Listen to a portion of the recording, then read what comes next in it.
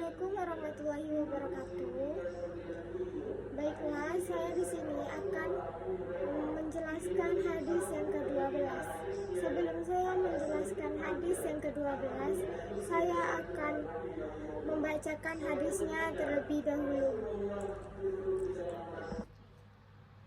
Hadis Ibnu Umar radhiyallahu anhuma anna Rasulullah sallallahu alaihi wasallam al-muslimu ahul muslimi yazlim wala la yazlimuhu wala yuslimuhu man kana fi hajati akhihi kana Allahu fi hajatihi wa man faraja an musliman kurbatan farajallahu kurbatan min kurabi yaumal qiyamah wa man satara musliman satarallahu yaumal qiyamah. Rawahu Bukhari wal Muslim wa Tirmizi wa Abu Dawud wa Ahmad. Baiklah, selanjutnya saya akan mengartikan hadis berikut. Hadis ke-12. Hadis Ibnu Umar radhiyallahu anhuma. Hadis dari Ibnu Umar radhiyallahu anhuma yang diridhoi dari Allah keduanya.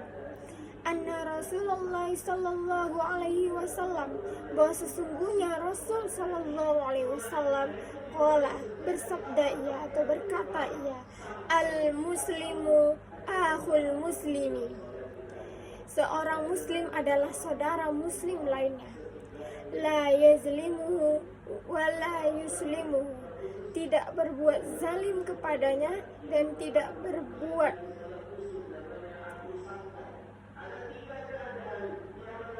atau tidak menyusahkannya atau tidak membiarkannya teraniaya.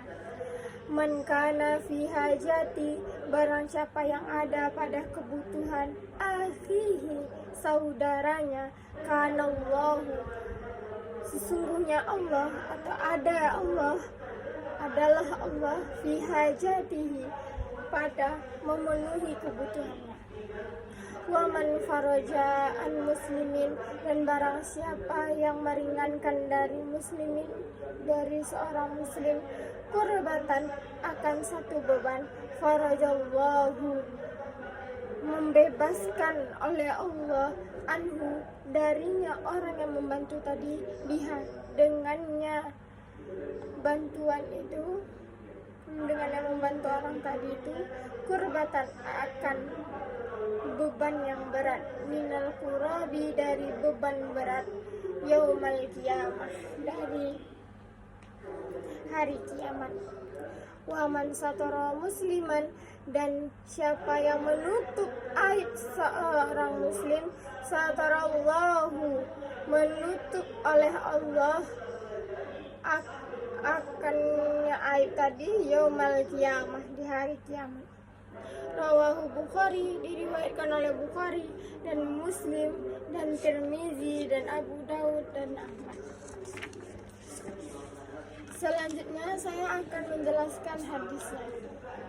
Hadis ini menjelaskan bagaimana hubungan tentang relasi seorang muslim dengan muslim lainnya. Disebutkan bahwa seorang muslim adalah saudara muslim lainnya. Saudara muslim lainnya bisa seperti saudara kandung ataupun lebih.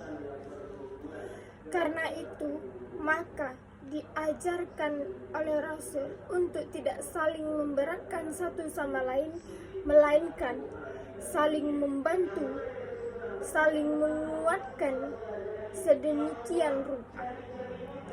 Ada beberapa hal yang disebutkan bagaimana cara hidup antara muslim dan muslim lainnya yang seperti kita sebutkan, yang merupakan adalah saudara kita.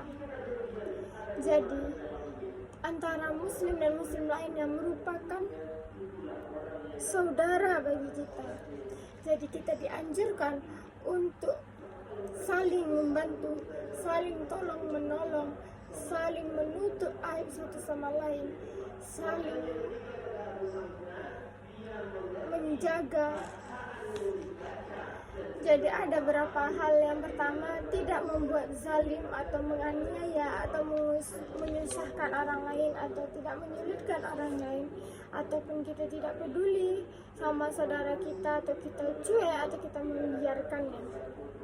Jadi kita sebagai saudara bagi muslim lainnya, kita haruslah peduli. Kita tidak boleh berbuat zalim kepadanya, kita harus menolong dia, tidak menyusahkannya atau menyulitkannya. Yang kedua yaitu berperan serta atau membantu orang lain dalam memenuhi kebutuhannya. Kita harus membantu dia untuk memenuhi kebutuhannya. Siapa yang menolong orang sesuai dengan kebutuhannya, maka Allah akan membantu orang yang membantu itu dengan memenuhi kebutuhannya. Jadi ketika kita menolong orang yang kita bantu itu sesuai dengan kebutuhannya, niscaya Allah akan membantu kita dengan memenuhi kebutuhan-kebutuhan kita. Yang ketiga yaitu mengalami kesusahan. Jika seorang muslim mengalami kesusahan, maka kita membantunya seperti dengan melampangkan tenaga kerja, pikiran, usaha, rezeki. Kita bantu dia, maka Allah akan lapangkan dari kesusahan itu di hari kiamat. Allah akan membalasnya itu di hari kiamat. Dan yang keempat yaitu siapa yang menutup aib saudara muslim, barang siapa yang tidak membuka aib seorang muslim atau dia itu menutup aib seorang muslim, maka Allah juga akan membalasnya di hari kiamat akan seperti itu. Karena kita tidak boleh membongkar aib sesama muslim, maka Allah tutup aibnya jika ia menutup aib seorang muslim. Lantas apa kaitan hadis ini dengan pendidikan? Yang pertama yaitu pendidikan akhlak. Pendidikan akhlak, tentang pendidikan akhlak, prinsip-prinsip seorang muslim dengan muslim lainnya. Hadis ini mendidik tentang pergaulan dan akhlak.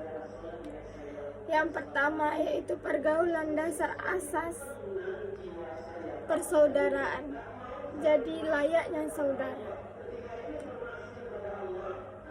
Di sini Nabi mengajarkan bahwa pergaulan yang diajarkan yaitu selayaknya seperti saudara. Yang kedua yaitu pergaulan sesama muslim. Harus saling menolong, membantu dan menutup aibnya, dan tidak menyusahkan, memberatkan dan lain sebagainya. Dan yang ketiga yaitu sikap muslim bernilai ibadah. Maka apapun ia lakukan, maka ia akan dibalas oleh Allah dan ia menikmatinya sendiri. Jadi kita sebagai seorang muslim harus merupakan saudara muslim bagi lainnya, dan kita harus saling menolong, membantu, peduli, tidak membongkar aibnya, tidak berbuat zalim kepadanya, tidak menyusahkannya, membantu dalam memenuhi kebutuhannya. Niscaya Allah akan membalasnya semua sesuai dengan perbuatan baik yang kita lakukan terhadap muslim lainnya. Mungkin cukup sekian dari saya, lebih dan kurangnya saya mohon maaf. Wabillahi taufiq wal hidayah. Wassalamualaikum warahmatullahi wabarakatuh.